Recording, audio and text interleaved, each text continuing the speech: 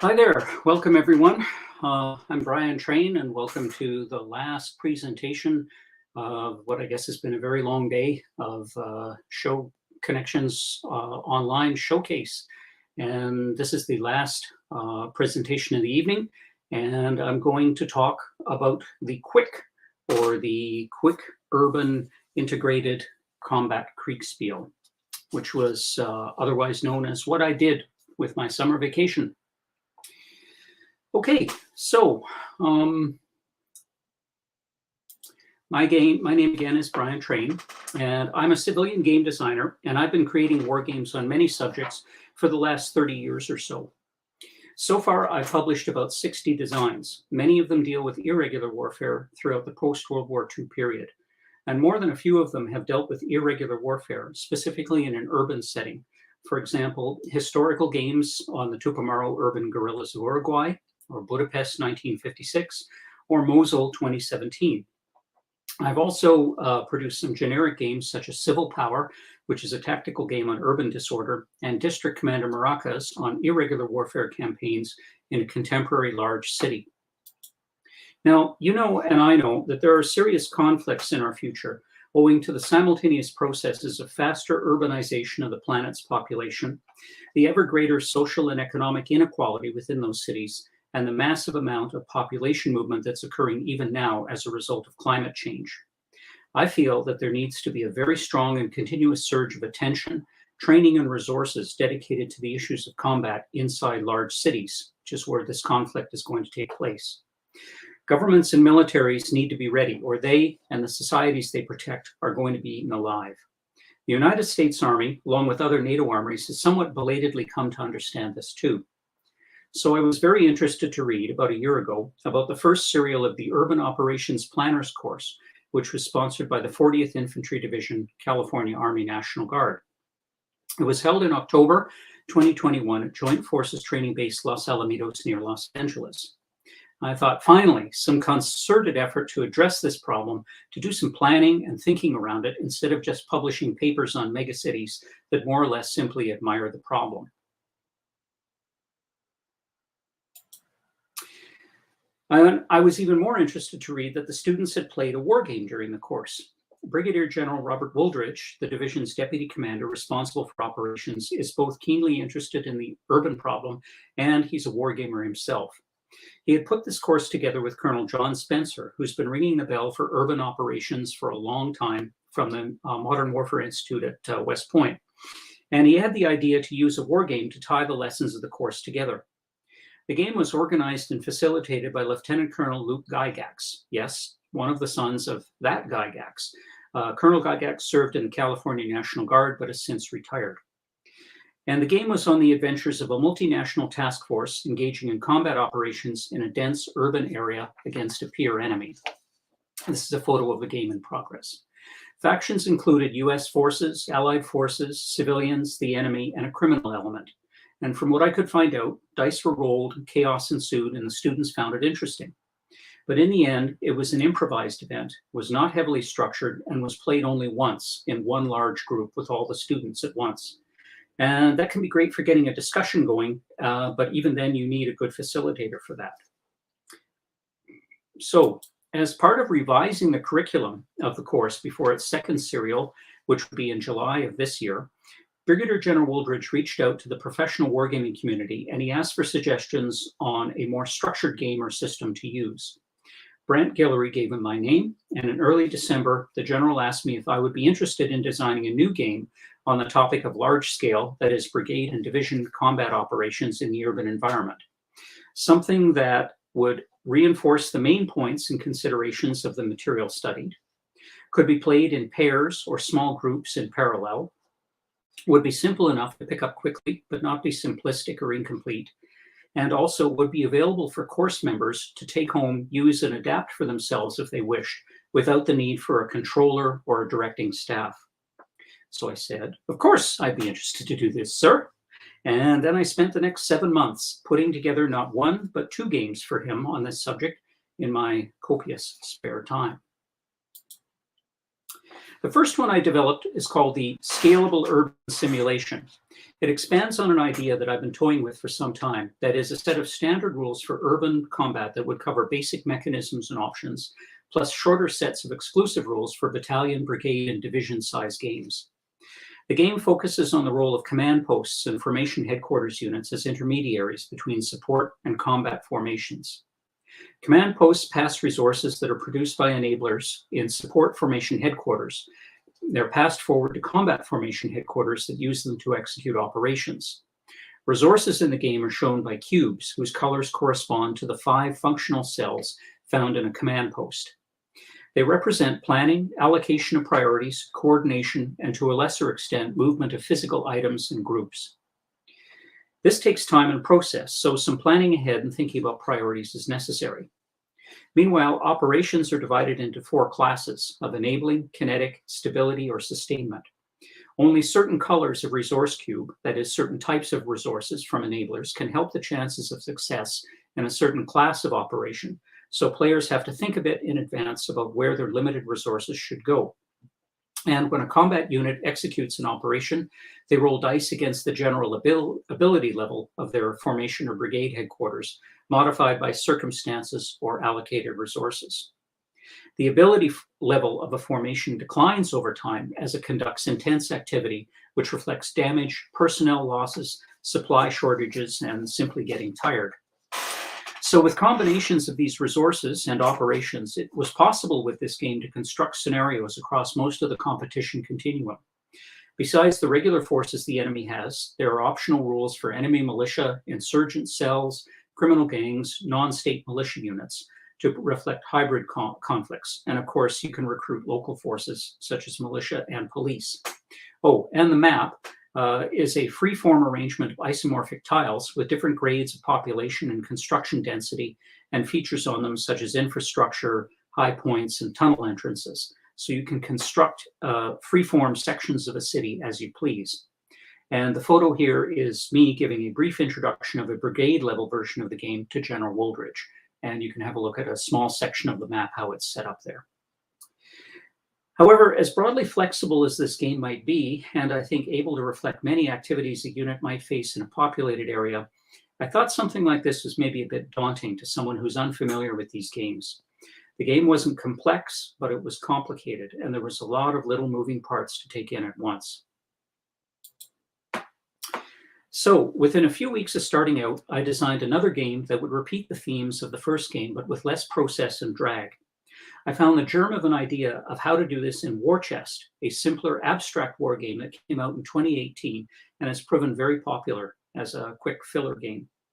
I ended up changing nearly everything from the original Wars to War Chest, but it did give me a place to start from.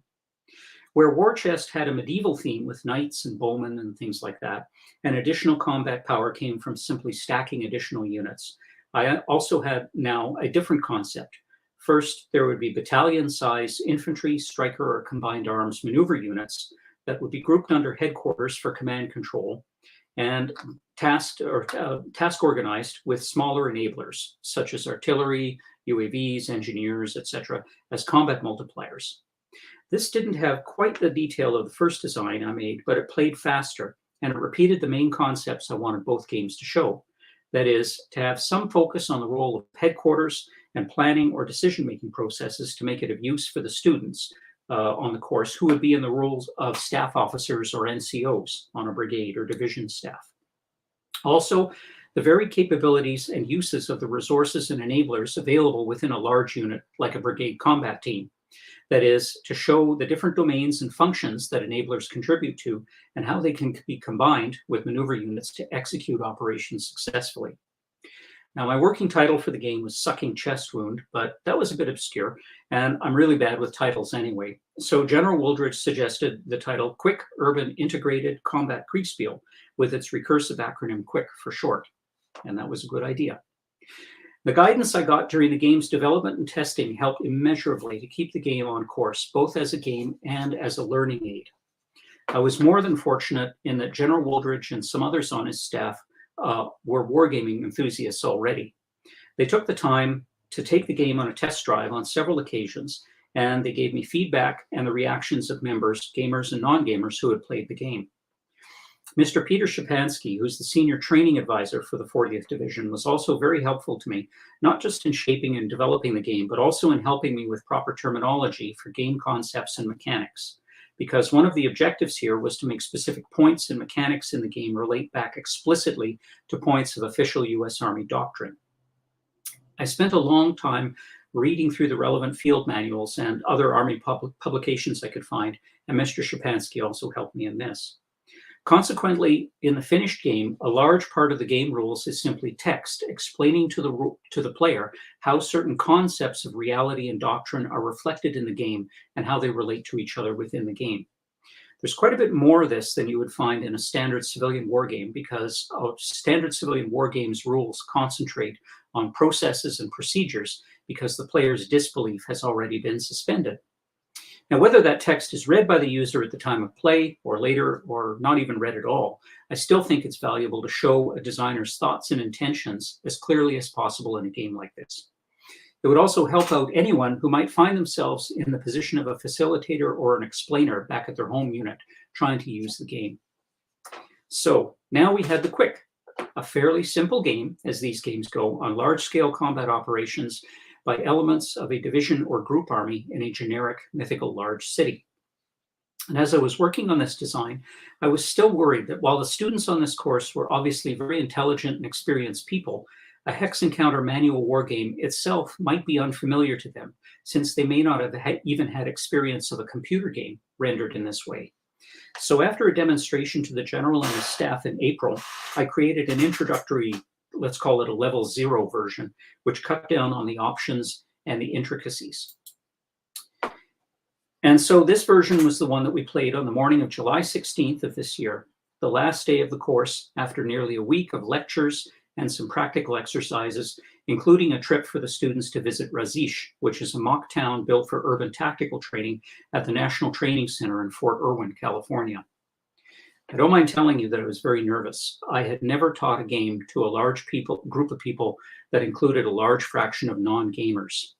Not only that, as soon as I arrived in Southern California, and I left my cool rainforest in British Columbia, came down to Southern California, I caught a cold and I developed laryngitis, so that by Wednesday, it was so bad, it was all I could do to croak out an apology to General Wooldridge in case I couldn't talk on Saturday. But I steamed my head like a cabbage every chance I got, so mercifully by Saturday, I could talk. And the day was simply structured around 4 periods of instruction and practice. First, an introductory lesson where I explained the concepts and mechanism of the introductory version with a short demo of play. Next, students played the introductory version of the game in groups of 4 for about an hour, and then we had a short discussion.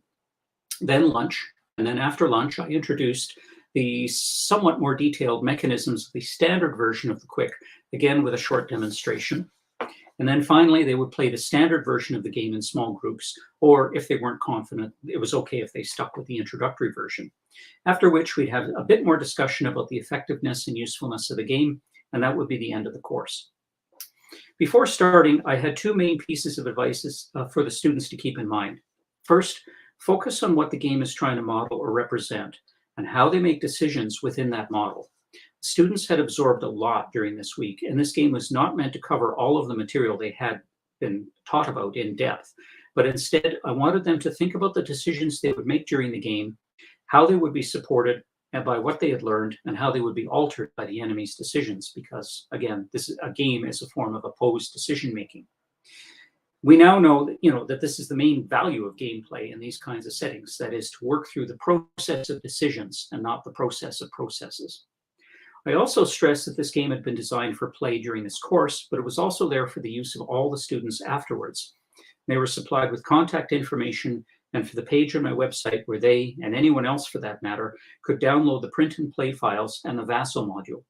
And I have done that. I've posted a link to that particular page on the Discord channel, so you can check that out later. About that Vassal module, it was put together quickly and well by Mr. Kurt Pangrax at the U.S. Command and General Staff College. We had an online option for the game in mind from an early stage. We had a significant number of students who we knew would attend remotely, and we didn't want them to leave them out of game day.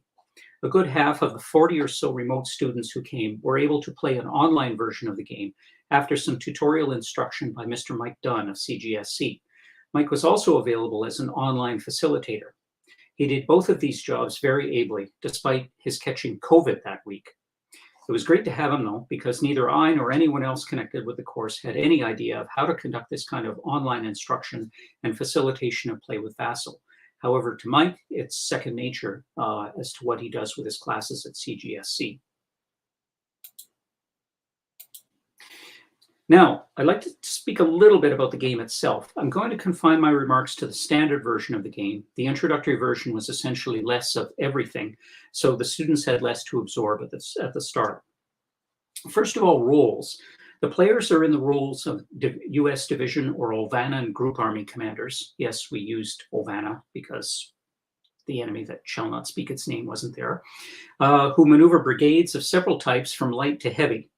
US units are blue, Olvanans are orange, and there are some optional Belizean forces colored green that could be on either side. As for force structures, the larger counters, there are some physically larger counters that represented maneuver units or battalion-sized combined arms formations that have had their existing all-arms nature further augmented by allocations of enablers, which are these smaller counters. They're somewhat physically smaller, and you can see that they include types like electronic warfare, engineers, MPs, supply, and so forth. The maneuver units act under the overall direction of headquarters units, and both of these are placed on the map, and the whole collection is called a formation. Note that the game sets units focus 2 levels down. Players are division or group army commanders, so they're in the position of giving guidance to their brigade commanders, and they need to know where the brigade's component battalions are. But it would be inappropriate to move below this to company or even platoon level. Some civilian war games make this mistake. In my view, it's 2 down is as far as you need to go. During play, the maneuver units themselves would become tired, use up supplies, take losses, and so forth, so reducing their combat effectiveness. And as this progresses, they would move through 4 levels of fatigue. Think of this, and I explained this to the students, as a rough analog to the green, amber, red, black states on a gumball chart, which you might see in a command post. If this gets out of hand, the unit would be eliminated from the game. And I was, of course, careful also to explain to the students that this does not mean that everyone in the battalion has been slaughtered, but that the formation is no longer combat effective for the time span of this scenario. As I said, the smaller counters represent enablers. These are small units that are co-located with a maneuver unit, for example, an engineer, or they can represent an allocation of support, like an artillery unit or attack aviation. Remember, some task organization and allocation has already been done within the formation, and adding enablers to the maneuver units is supplemental to that. So, for example, at this scale in the game, I did not show the separate cavalry squadron that you find in a brigade combat team. It was not shown as a separate maneuver unit because in practice, the cavalry squadron is either broken up to support the different battalions or it's operating as a general screen for the brigade. Meanwhile, all enablers have a set of capabilities that can be exercised during play by expending an associated resource. A bit more on that later. For example, one capability of an engineer enabler is that when it's executed, it can build a strong point. The capabilities of an enabler can also change considerably where they're allocated within the structure, whether they're allocated to a command post or to a brigade headquarters or to a single maneuver unit. Also, all enablers also have one or more attributes that are exercised all the time without there having to be a separate resource expended on them. For example, the attribute of an engineer enabler is that it has an increased combat power whenever it defends in or attacks into a close terrain hex.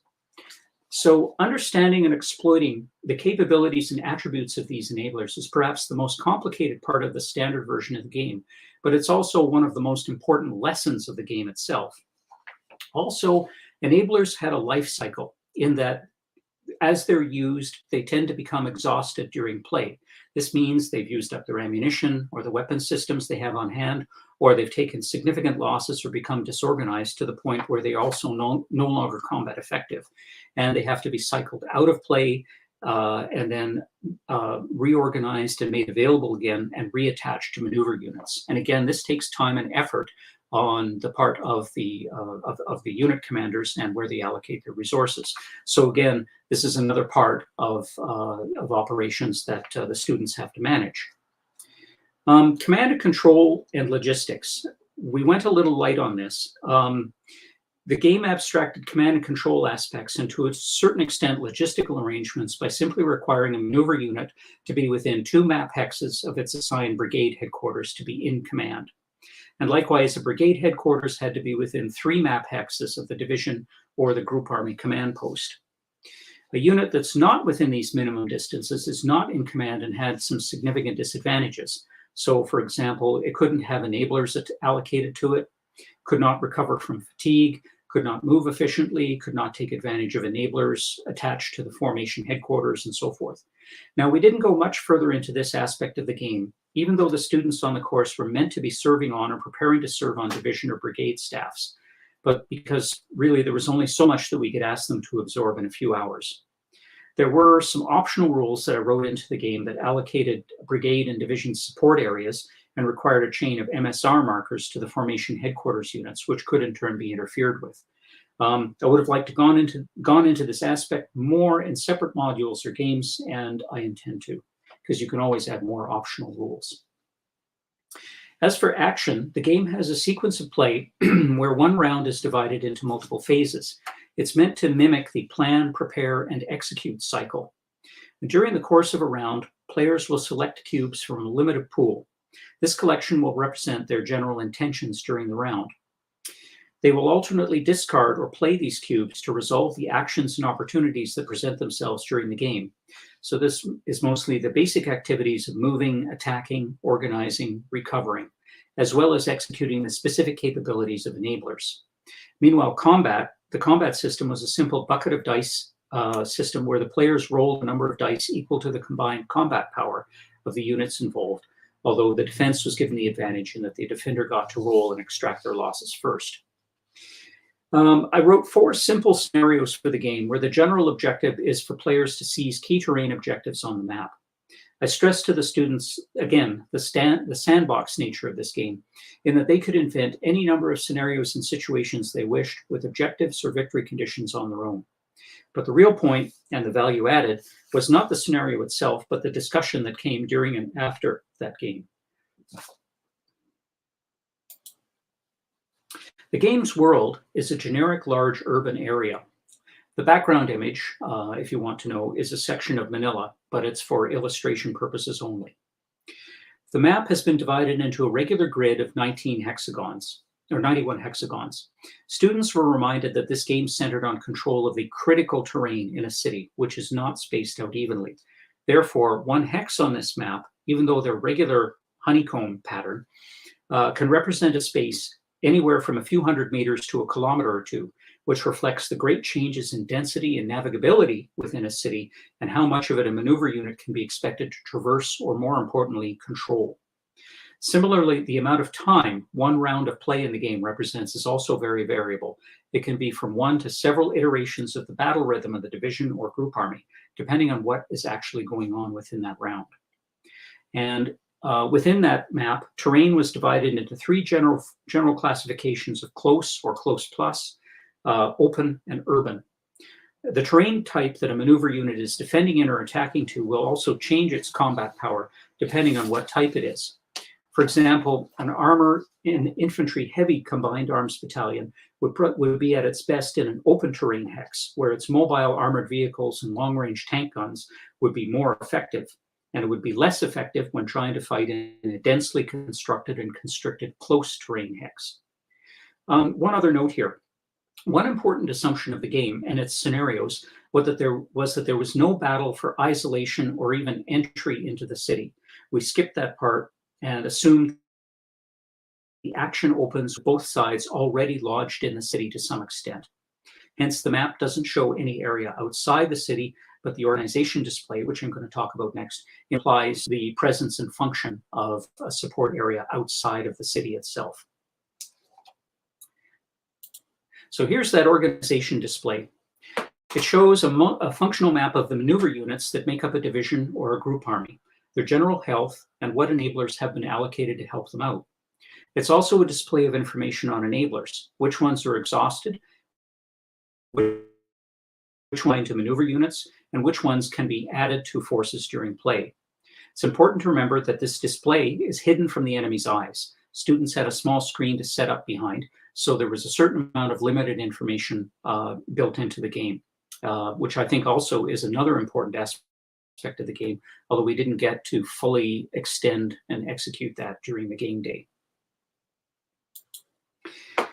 Each round of play represents at least one iteration of the overall division or group army's battle rhythm. In the standard version of the game, it's divided into 3 phases. First, you select 6 cubes from the pool of cubes that represent your potential and priorities for taking actions. Both players do this secretly and simultaneously. Second, players take turns expending cubes to carry out selected actions, starting with the player who currently holds initiative. The initiative marker was represented in the game by a counter with a picture of a small can of energy drink on it. So you had your choice of Rip It or Monster, whatever you like.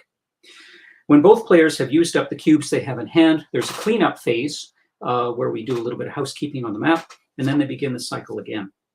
Note that throughout the round, players were prompted that they should constantly be assessing what they're doing, what the enemy is doing, and what the effects of each side's actions have been.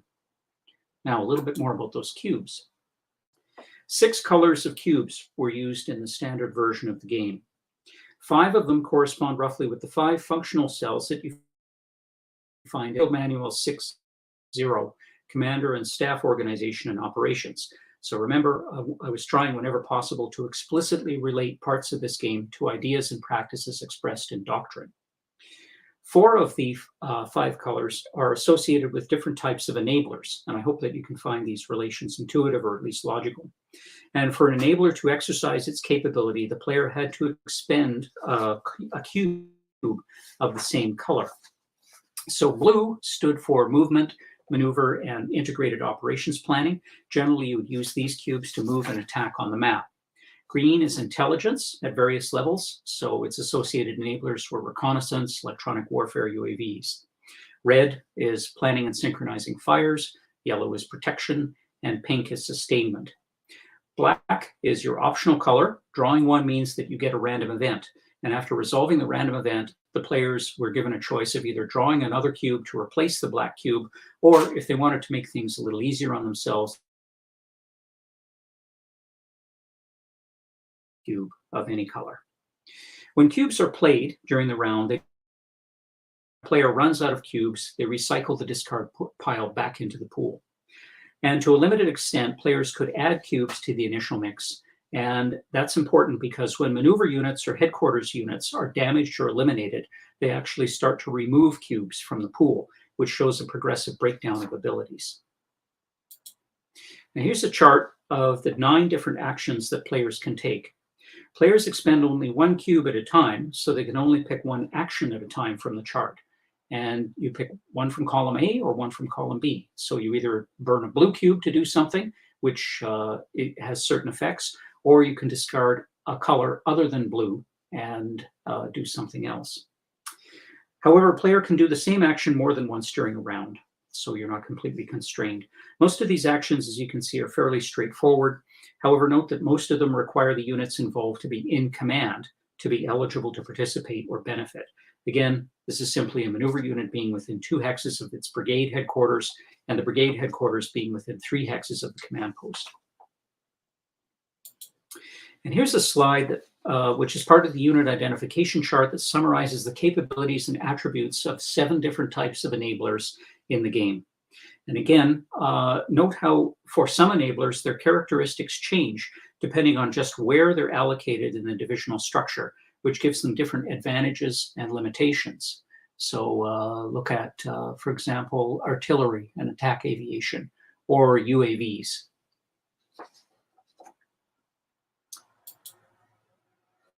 Finally, the game rules included several sections of optional rules that added more detail and extra considerations to the game. Lots of things to play with here, and unfortunately, we didn't get to more than a couple of them just because of time constraints. I would say the one that was most important and would have had the largest effect on play of the game is the section on dummy units and hidden maneuver units on the map. Dummy units are given a role where they could be created during play by headquarters units, and moved as if they were real units. So they could be used to probe enemy positions, stake out positions, or be positioned to shape the enemy's retreat or interfere with their supply lines until they're exposed. I've discovered one neat trick. Instead of flipping counters over, it's always more fun to have standee counters. And I discovered that these little 1-inch clothespins that you can buy at the dollar store are really good for helping these things stand up. Take that with you. So that's what we did. And after some guided play of the first turn of the training scenario of the introductory level of the game, we let them play until lunch. And lo, there was full exercise of individual military pointing skills. And just before lunch, we had a short discussion where I talked about how the game was reflecting, hopefully in their minds, the learning objectives of the course. First of all, combined arms. How task organization gives the force complementary abilities. This is the main thesis of the game, which is reflected in the maneuver unit plus enabler structure, where the enablers provide additional combat power to the maneuver unit. Exploiting the peculiar capabilities of enablers is an important lesson of the game, which I hope reinforce the historical examples of urban operations displaying this principle that they had talked about all the week. There were a number of lectures that went into historical battles, like Mosul or Ortona or Aachen, other famous urban battles. And of course, the lecturers were talking about how it's vital to have combined arms and all arms presence to as low a level as possible within your maneuver units. And this game was meant to reinforce that principle. Understanding the tempo of speed versus casualties. One of the challenges in the game is deciding when and where to shift enablers around in the organization to where they'll do the most good, and how to manage their cycle of exhaustion and renewal. An optional rule even varied that further with the idea of fast and slow enablers. For example, it's faster to switch allocations of support from artillery or aviation units than it is to physically shift an engineer squadron to another unit's area of operation. And not surprisingly, students soon found that the pace of the game was rather like a siege, or a set of smaller but not quite simultaneous attritional engagements across different parts of the city, where they would build up in preparation for an action, strike, and then recover from the strike. This seems to mimic the pace of the urban battles, again, that we had studied during the week. One aspect that also affects tempo in this game is that of hidden units, dummies, and limited intelligence generally. Hence, players in the game have to spot or reveal a hidden maneuver unit to engage it. And so the reconnaissance enablers become more important, and dummies, again, have some of the powers of real units as long as they remain hidden. It's quite remarkable, and you've probably seen this, to see how people's styles of play and decision-making change once you start removing more and more of their knowledge of the situation. And it's unfortunate that, again, because of time constraints, most players did not get to this stage in their game, although the rules and components are there in the game kits. The most interesting way to play this game, I think, would be to play double blind. That is, of course, two sides play on two maps, with an umpire or a controller interpreting where and how the two forces would engage. But this would have taken more time and people available than we had that day. But it's certainly possible if two game kits are built, or if you use the Vassal module. Next point, urban terrain compresses units into much smaller spaces. I've already mentioned the variable nature of map hexes on the map. So again, anywhere from a few hundred meters to a kilometer or two. And I think this idea of the regular grid hex map worked for a generic situation in this mythical city that we created for the game exercise. But certainly if I were to apply this game system to a real city, I would of course do a more detailed terrain analysis and prepare a map with irregularly shaped areas. I did this in a game that I worked on a couple of years ago about the Battle of Mosul in 2017 called We Are Coming Nineveh. Increased resource usage and casualties. Of course, urban battles are notorious resource hogs, and players get 6 cubes in a round, and they're challenged to use them optimally. In this game, even passing costs resources. And once you put strain on your combat unit,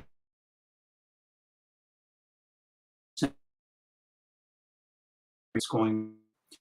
And the bucket of combat dice system is fairly bloody. There's 33% chance of a hit times many, many dice that you could end up rolling, and it's tilted towards the defender. So again, that shows the higher propensity of casualties and the advantage of the defender. Correlation of forces and means, I had to look that up, and tactics. The defender, again, is definitely given the advantage in combat in that they fire first, and the attacker in attacking is docked dice depending on his fatigue level, but the defender is not. And again, maneuver units have varying combat power by troop type in different terrains, and the defender has even more defensive advantages once the city starts to become damaged and rubbled hexes show up. There's also a role in the game for high points, which are especially high structures, which can be used as points for observation and fire direction. This, for example, was a feature of the fighting for lanky hotels, which were the tallest structures, were fought over quite extensively. Civilian presence was an important learning objective. During the course, the students and instructors spent a lot of time talking about considerations for the civilian population that would inevitably be caught in the middle of urban operations. In this game, civilian markers appear on the map when neighborhoods are rubbled for one reason or another, and under an optional role, they can also start to wander around on the map. Again, players were not lumbered with extreme detail here in that they were allowed to move into and through areas with civilians, but could not attack into or out of such hexes. That's about as far as we went for rules of engagement. A bit more depth and variety in this topic was provided through the optional fate and popular support mechanics in the game. These were optional rules. And of course, these are just the start of other sets of results and interpretations that players could construct. And finally, a bit about civilian infrastructure in the city. Markers for 6 types of infrastructure, government, commerce, telecommunications, and so forth, were provided in the game, but this aspect was not comprehensively reflected in the game scenarios this day. It was just one more option that we didn't quite have time to work in. However, they're there, and the rules are there to use them, and it's not difficult to use the game's framework to generate scenarios that are weighted towards more towards preservation or destruction of civilian infrastructure, or building effects of destruction of infrastructure into the game. So after lunch, I introduced the standard version of the game briefly in terms of how it was different from the introductory version, and after a bit of guided play, students went back to the game. They were encouraged to try the standard version, and many did, while others stuck with the introductory version. We ended the games and the course a couple of hours later, and we had a final discussion on how the game landed with them. We also discussed a few things that could be changed within the game to reflect different situations and how flexible this relatively simple game could prove in constructing them. So, went the day well? Now, perhaps it's just my naive I had ever done anything quite like this, but I think that we knocked it out of the park. A number of really important factors were working in our favor, including the enthusiasm of the sponsor. As I mentioned, both the general sponsoring the course and senior members of his staff were already wargamers. They did not need to be convinced of the value of this kind of activity.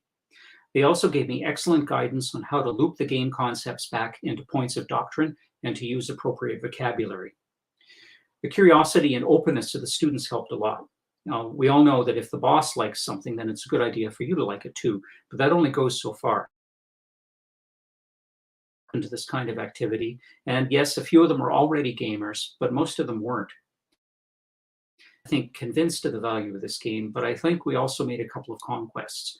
There was who attended the course had never used a game like this. He'd never used anything like this before, and was quite upfront in telling us all that we had completely blown his mind on how games could synthesize and present concepts concisely and effectively. So that was nice to hear. Very importantly, I had a number of facilitators, and they were all of high quality. 3 faculty members from the Joint Special Operations University in Tampa came out to attend the course and to help me facilitate the game. Again, these people are experienced in using games with their students and were very effective in helping get the point across, not only to the students, but also to members of the staff. And for that matter, several course instructors volunteered to assist, including Mr. Stuart Lyle, where they regularly use and develop games for professional military education. And practically, I owe Stuart a beer or three for helping me set up all the game kits the night before we played the game. And Stuart also began the day by making some remarks on the use and application of games like this. And of course, he's far more articulate on this subject than I am. I was very grateful for that. Also, the facilitators and I had an opportunity for some familiarization and rehearsal ahead of time, because Tuesday of that week was taken up with the students traveling out to Razish at Fort Irwin. Some valuable time to practice with the game ourselves and become familiar with it. And another enabler about before. We had about 45 students physically on the course, and there were about another 40 who attended. We had a very competent Kurt Pangrax build the Vassal module for us on very short notice. And I was very fortunate to have Mike Dunn, who again has a lot of experience in online facilitation, to orient and assist the online students. However, on balance, just as certainly there were a number of things we couldn't avoid that were not in our favor. First is unfamiliarity of tabletop games, either recreationally or as a learning tool. These games, of course, are not familiar to everyone, and even if they are, many people have limited experience with them as a teaching or learning aid. I think some of the students probably struggled with some of the concepts and perhaps the somewhat fiddly nature of the game's physical interface and mechanics. But fortunately, we had some smart and sympathetic facilitators to help them. Time available. Smelling the barn. This was an American expression that I had not heard of before, but I was introduced to this. I think maybe you know what it means. This game was played on the last day of a very intense week of lectures, discussions, and practical exercises. Many of the students were reservists or National Guard members who had taken time off from their civilian lives and jobs and families to attend this course, and they were eager to get home. And yet they seemed to stay engaged with the activity. Oh, Dragoon Commander comments, I have no idea what smelling the barn means. Smelling the barn refers to, you've got the horses out in the field and they've been pulling the plow all day. They're tired and you're turning around and heading for home. And the horses smell the barn. They're getting close to, they know that they're getting close to the end of the day and they can take a break finally. That's what that means. As I said, this is the first time I'd heard that particular expression as a Canadian.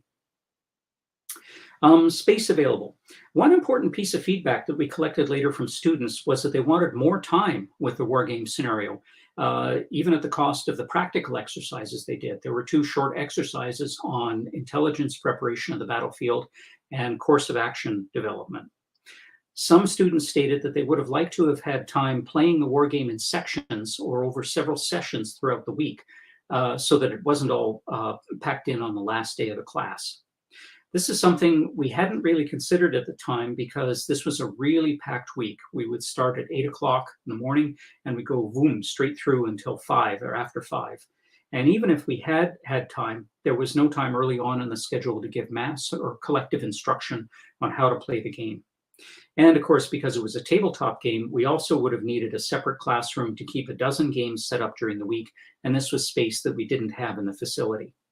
Still, it was gratifying to hear this, and in future, it might be possible to do this if and when the course is run again on a small scale, or maybe using the Vassal module to have some kind of a Vassal ladder running in parallel with the course in advance of that final day. And finally, even not enough can be too much. The Quick was and is not a greatly complex or detailed game. And as I pointed out, there were several important aspects that not only could have been greatly amplified, like command and control, communications, logistics, and they could even merit separate dedicated games of their own. And I've had a few ideas along those lines already. But even this relatively simple exercise was a challenge for some people to absorb in just an hour or two because of its basic unfamiliarity.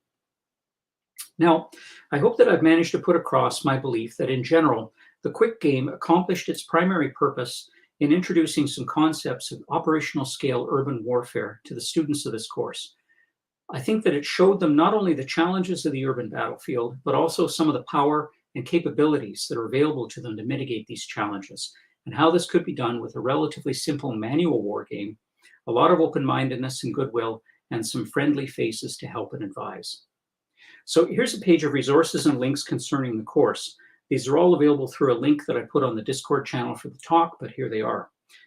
Page run by California National Guard for more information on the course.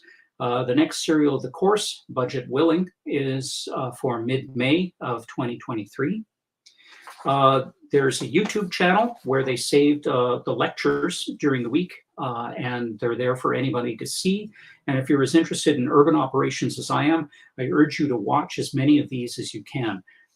There were some phenomenal instructors that they had talking about urban conflict, all aspects of urban conflict during the course, and some really remarkable people, highly intelligent speakers, and good discussions. And as I mentioned at the bottom, the page on my personal website where you can download both the print and play files and the Vassal module for anybody to download and use. So once more, I'd like to thank Brigadier General Robert Wooldridge for his enthusiasm and his willingness to try something new, and for his trust in my ability to design something for him that apparently actually worked the first time. There's my naive optimism again. Mr. Peter Shapansky for his help in improving both the game as a game and its vocabulary in order to tie it back to doctrinal and commonly understood terms and concepts. Also, the instructors and staff of the course. Logistically and administratively, things worked out really well, and I came away full of respect for the initiative and professionalism of the members of the California Army National Guard. And finally, most importantly, the facilitators who worked with me both on the site and remotely to help the students understand and work their way through something that was quite unfamiliar to many of them. And I think we succeeded. But we had a lot of factors in our favor, and I'm very aware of that. So thank you for your attention, and if anybody's out there still, we can have some questions.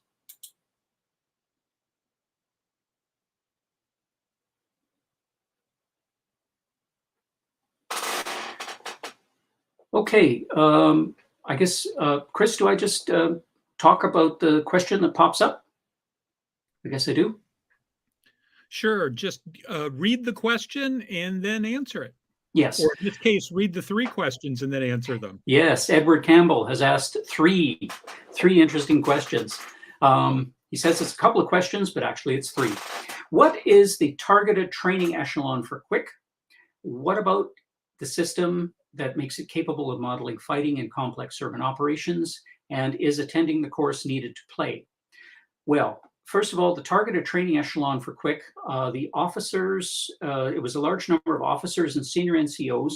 The officers were in rank from lieutenant and captain up to full colonel. Senior NCOs were chief warrant officer down to warrant officer.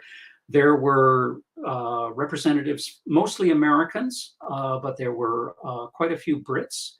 There were also people from the Australian and New Zealand armies, a fellow from the Chilean army, and a lonely first lieutenant from a German parachute regiment, who was quite a guy.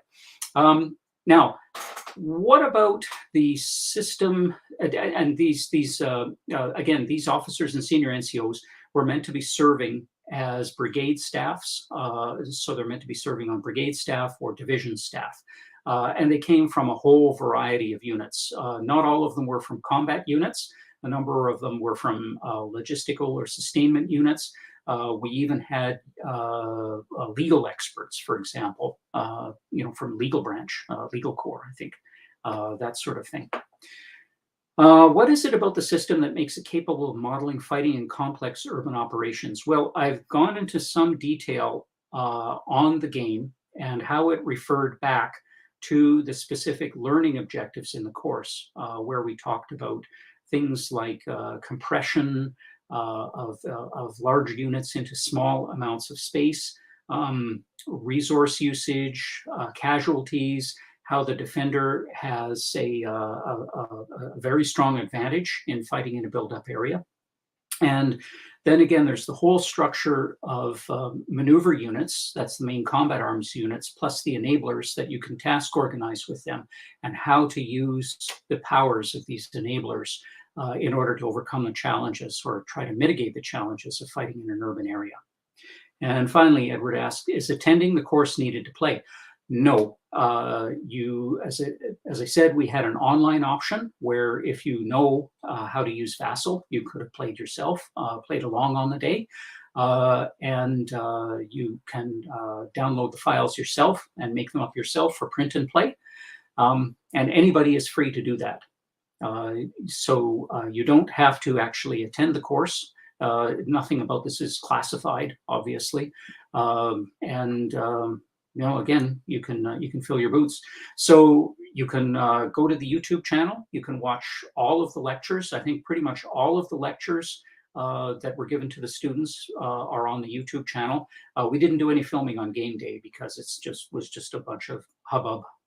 Aside from me talking about introducing the concepts of the game, which I kind of have done just now, there was just a lot of hubbub and people exercising their pointing skills at the map. But if you listen to all of the lectures, and if you go to that page that's run by the California National Guard, there are links on that page that are just absolutely jam full of resources. The Army has just come out with a new ATP on urban operations. It was released like the week after the course finished. So there's a whole new manual on urban operations. There's all kinds of other Army and TRADOC publications on urban operations. You can look trouble to collect examples of doctrine and manuals from other armies as well, including the British Army, for example. There's loads of case studies. There's even a page pointing you to other games, war games on urban warfare, like Berlin 85, Combat Operations, City Fight. Again, some of these are very old titles. A link to We Are Coming Nineveh, which is a game that I worked on with Rex Bryan and a pair of his students about the Battle of Mosul in 2017. I think is a really good game. Thanks, Brent. On the Battle of Mosul 2017 that uses blocks. So that's a good way to go about it. This is coming from Nuts Publishing in France or early next year. Any other questions? Tim Densham asks, Brian, how much work would it be to have this switch to an emergency response type scenario? That's a really interesting question. This game, the Quick, was optimized for large-scale combat operations in a generic city. The game that I started talking about at the beginning of this talk, the scalable urban simulation, is a bit more nuanced in that it can encompass most positions on the competition continuum. So I think it would be actually easier to take that game, although it's a little bit more process heavy and has a little bit more moving parts. But at the same time, it has a heavier emphasis on the role of command posts and formation headquarters in pushing resources through to get things done. And I'm thinking it might be possible to adopt something like, it would be easier with that game to adopt it to some kind of an emergency response or disaster scenario if you used the rules that I had put together for different types of infrastructure. So again, in the game, I presented, I've included counters for 6 types of infrastructure, and it wouldn't be difficult, I think, to make up rules about trying to keep the, infrastructure, working and the effects of infrastructure failing. Again, it could be done, but again, this game is probably not really optimized for disaster or emergency responses. There are games that are very good along those lines, and Aftershock by Rex Bryan, for example, is an excellent game on disaster response and rebuilding after an emergency or catastrophe of some kind. So there are other games out there that are no more complicated than this one, but they are optimized definitely for emergency response or disaster response, HADR type situations.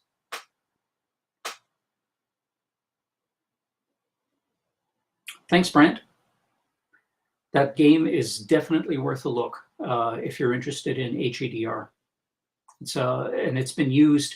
It's been out for a few years, and it's been used with any number of civilian agencies, as well as military and non-government organizations, as a teaching and learning aid, and it's fun too.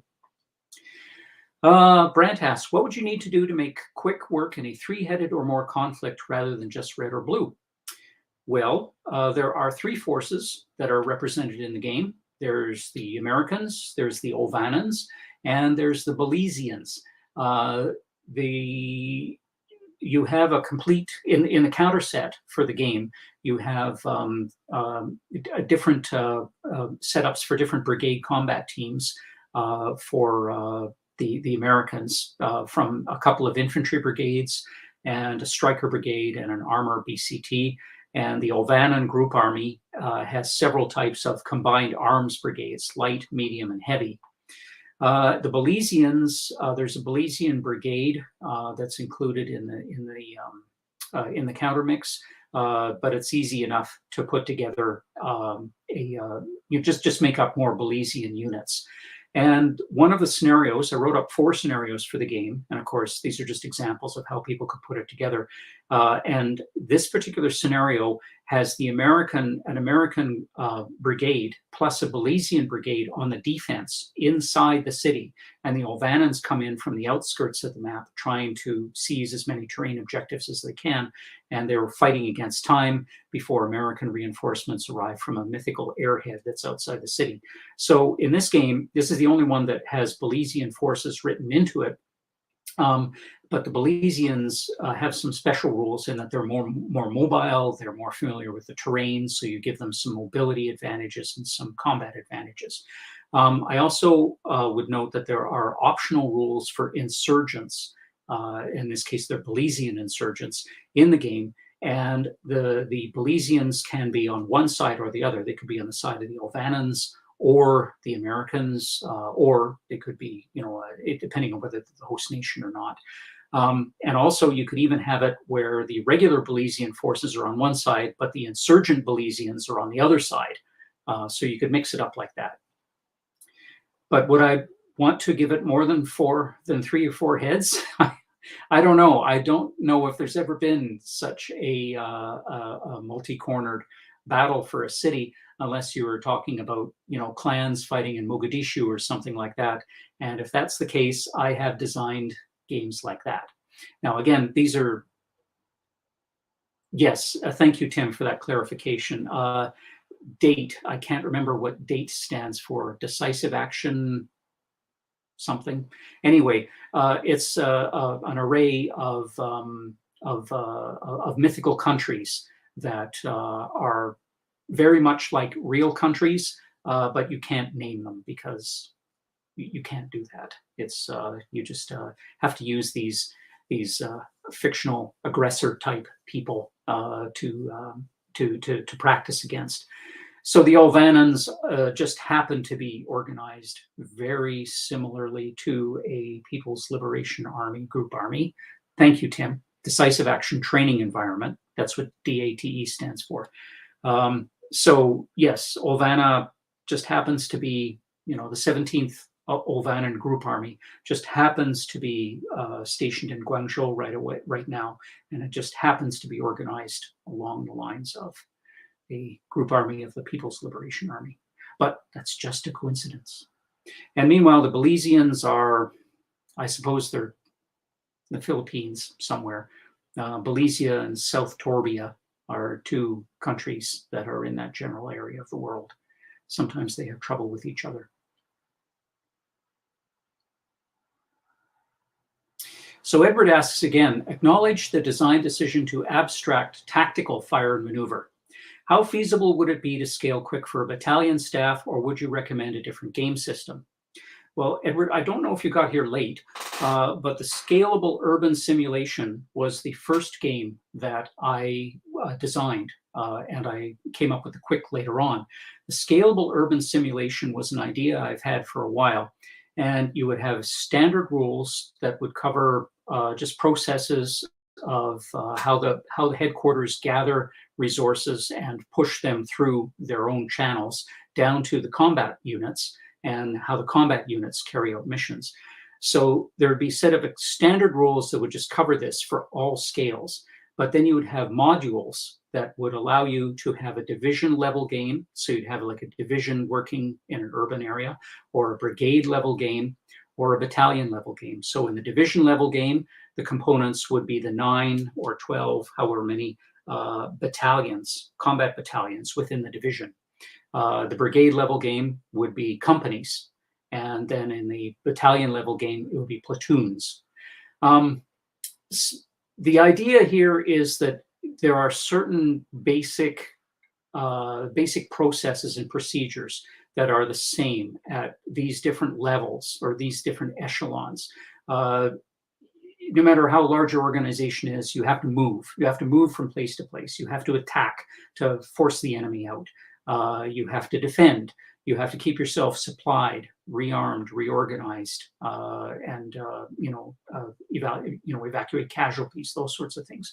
Now, the emphasis is placed on different points at different levels in different echelons, but the basic mechanics are the same. That's the general idea with the game.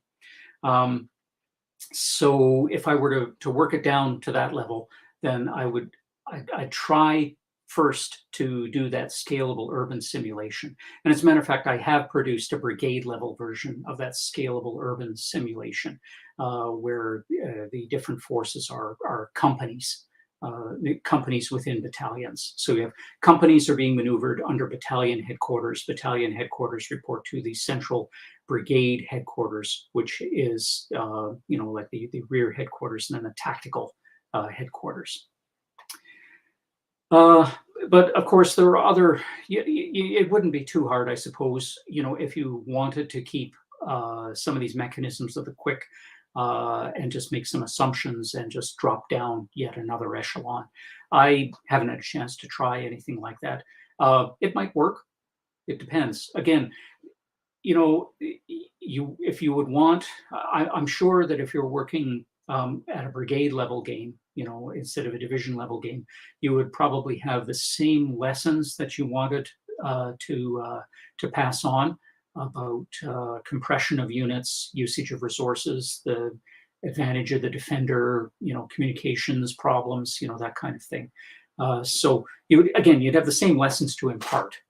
I don't think it would be all that different.